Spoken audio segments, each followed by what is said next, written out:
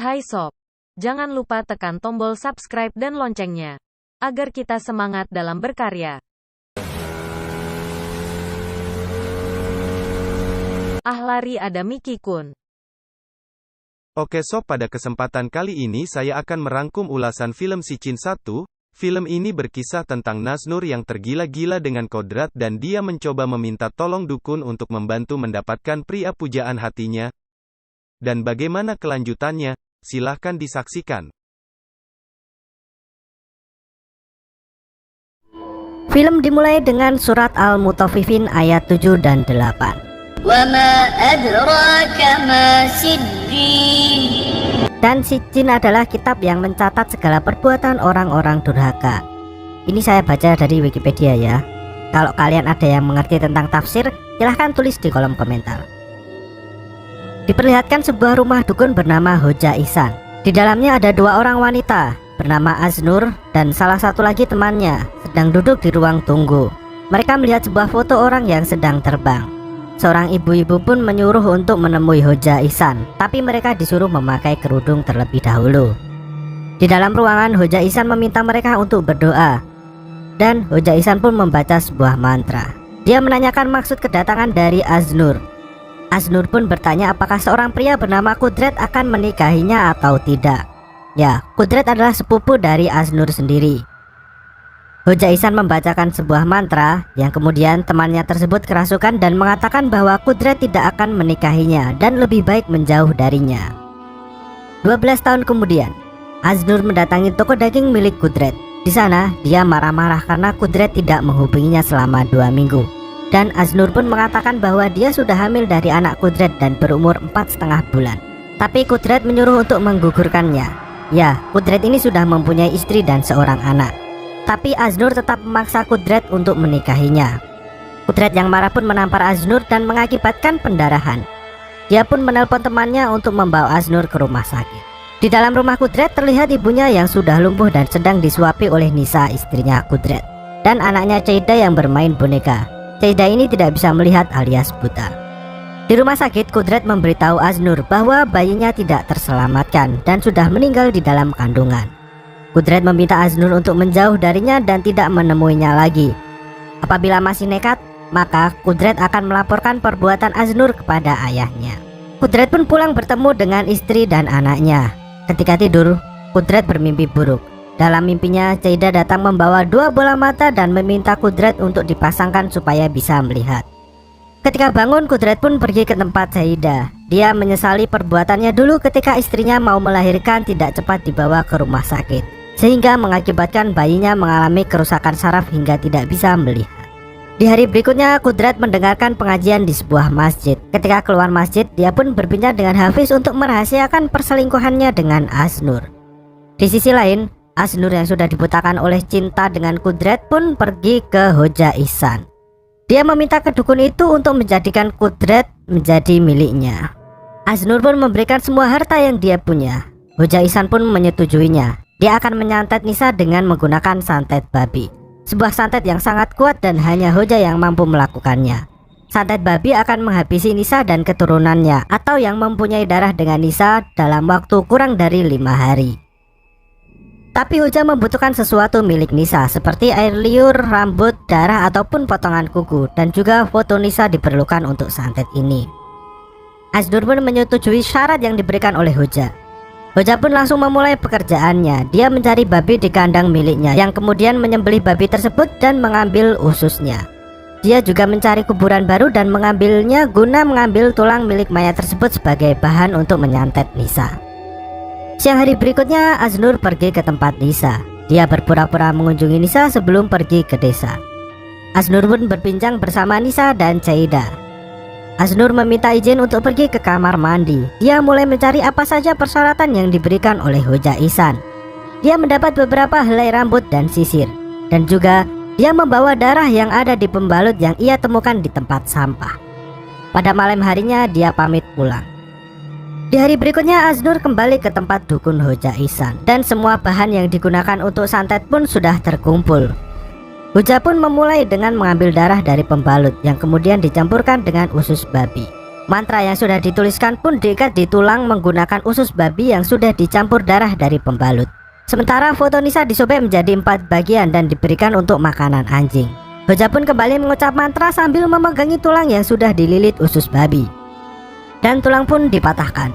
Berarti santetnya sudah dikirim. Tinggal menunggu selama 5 hari maka keinginan Az-Nur akan terkabul. Malam pertama. Tengah malam Nisa bangun untuk sholat malam. Ketika selesai sholat, jump scare.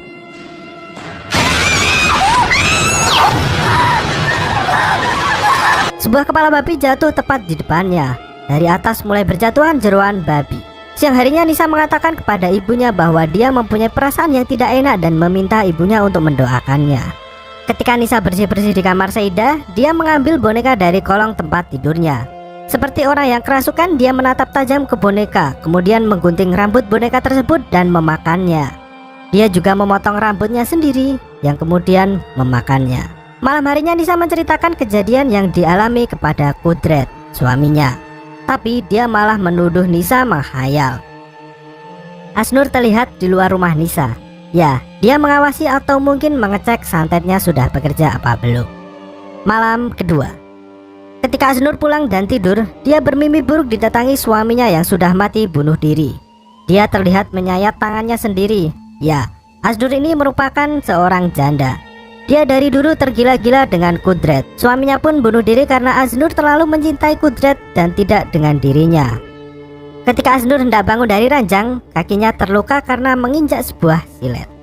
Pagi harinya Nisa tengah mengantar Saidah ke sekolah. Dia pulang ke rumah dan melakukan hal seperti biasa. Nisa membersihkan ibunya. Ketika Nisa akan membuang air bekas cuciannya, ibunya berjalan sendiri menuju dapur.